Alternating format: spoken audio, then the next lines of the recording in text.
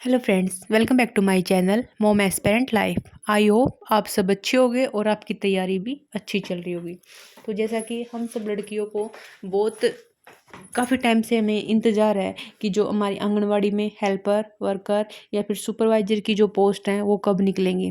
तो जो ये पोस्ट हैं ये जल्दी सी निकलने का मतलब दावा किया जा रहा है गवर्नमेंट से। देखो, इस पर मतलब कंफर्म तो कोई नहीं कह सकता, लेकिन हमारे लिए एक पॉजिटिव पॉइंट ये है कि जब सरकार ने मंजूरी दे दी है, सरकार उस चीज़ पर बात कर रही है, तो वैकेंसीज तो आएंगी। हाँ, ये हो सकता है अगर ये कह रहे हैं कि इस साल के एंड तक हम ये भर्ती है जो ये करवा लेंगे, तो ऐसा तो पॉसिबल नहीं है। लेकिन पॉइंट ये है कि मतलब वैकेंसीज निकलेंगी और जो पोस्ट हैं वो भरी जाएंगी, चाहे उसको 6 महीने की जगह पर ये उसको साल लगा दें। ठीक है ना। तो हमारे लिए पॉजिटिव पॉइंट है। तो 3 तरह की हमारी ये वैकेंसीज आने वाली हैं। आंगनवाड़ी वर्कर की हैं जो कितनी हमारी 2549 हैं, और इसके लिए क्वालिफिकेशन है वो हमें क्या चाहिए, 10th पास। फिर है आंगनवाड़ी हेल्पर की कितनी है, 4439 हैं, इसके लिए हमें क्या चाहिए, 8th पास। और फिर हमारी सुपरवाइजर की हैं। सुपरवाइजर की जो पोस्ट है हमारी वो है 118। ठीक है, और उसके लिए हमें चाहिए ग्रेजुएशन। तो अब आने वाला जो एग्ज़ाम है उसमें मतलब क्या चेंजेज हो सकते हैं। जो आंगनवाड़ी वर्कर की हैं उनका जो क्वालिफ़िकेशन का लेवल है वो 12th हो सकता है। ठीक है, कुछ कुछ चांसेस हैं कि इसके जो एग्ज़ाम की जो क्वालिफ़िकेशन है उसमें कुछ कुछ चेंज हो। ठीक है, क्योंकि आपको पता है कि अब पढ़ने वाले बच्चे बहुत हैं और पोस्ट हैं। ये पहले क्या होता था कि ऐसे ही जो भी आंगनवाड़ी में वर्कर है जो पहले से ही काम करती है वो अपने आस पड़ोस में से ही किसी को लगा देते थे ऐसे ही। ठीक है ना, मतलब वहीं की वहीं एडजस्ट होती रहती थी। तो लेकिन अब अच्छे तरीके से एक मतलब इन वैकेंसीज़ को निकाल कर उस तरह से फिल किया जाएगा, मेरिट के बेस पे या फिर सुपरवाइज़र के जो हमारा एग्ज़ाम लिया जाएगा उस बेस पे।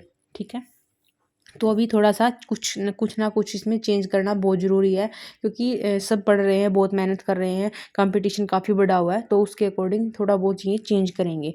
ठीक है, एग्ज़ाम के चांसेस ना के बराबर हैं। ठीक है, इन दो पोस्ट में, वर्कर और हेल्पर में। लेकिन जो हमारा सुपरवाइज़र है उसके लिए हमारा एग्ज़ाम होगा, और सुपरवाइज़र की जो पोस्ट है हमारी वो हमारी CET के बेस पे होगी। ठीक है, तो CET के बेस पे हमारी सुपरवाइज़र की होगी। यानी पहले आपको CET क्वालिफाई करना पड़ेगा, फिर उसमें से जो हमारा मेन एग्ज़ाम के लिए अगर आपका नंबर आता है तो फिर आपको मेन एग्ज़ाम देना होगा।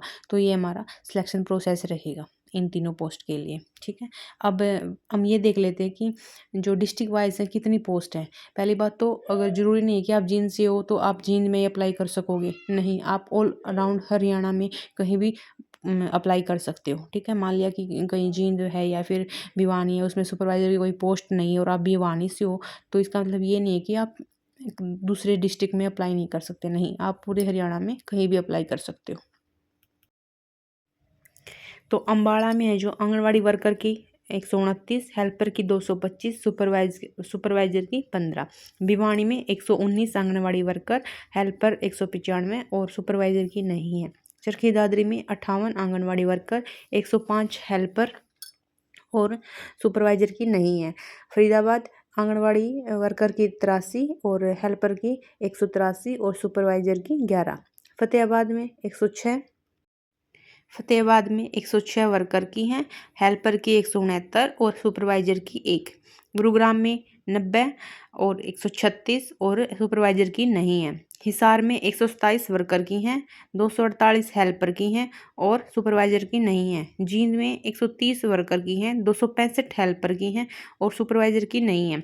झज्जर में 157 वर्कर की हैं, 213 हेल्पर की हैं और 1 सुपरवाइजर की है।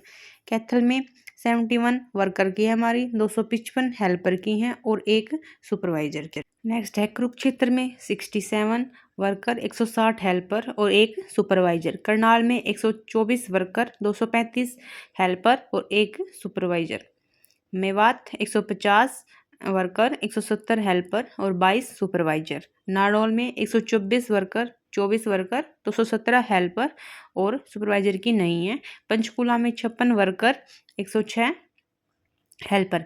पानीपत में 52 वर्कर, 128 हेल्पर। पलवल में 129 वर्कर, 205 हेल्पर और सुपरवाइजर की हैं 32। रोहतक में 151 वर्कर, 189 हेल्पर, 0 सुपरवाइजर की नहीं है। रेवाड़ी में 123 और 256 और हेल्पर की सुपरवाइजर की इसमें नहीं है। सिरसा में 175 वर्कर की है, 255 हमारी हेल्पर की हैं और 13 है जो वो हमारी सुपरवाइजर की है। सोनीपत में 225 वर्कर की हैं, 360 हेल्पर की हैं और 0 हमारी सुपरवाइजर की हैं। यमुनानगर में 103 वर्कर, 164 हेल्पर और 20 हमारी सुपरवाइजर की हैं।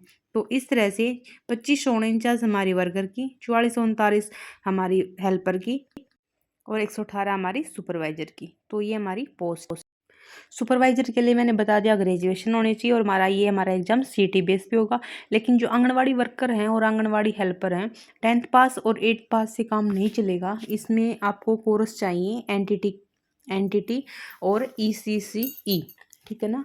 अगर आपके ये नर्सरी टीचर, अगर आपके पास ये 2 कोर्स में से कोई भी सर्टिफिकेट है तभी आप इसके लिए आपको प्रेफरेंस दी जाएगी, ठीक है ना।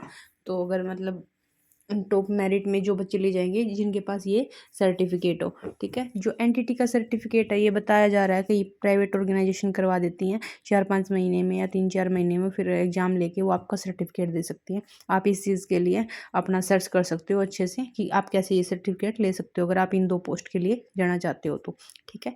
तो ये एक आंगनवाड़ी वर्कर, हेल्पर और सुपरवाइजर के लिए जो भी डिटेल थी वो मैंने आपको बता दी।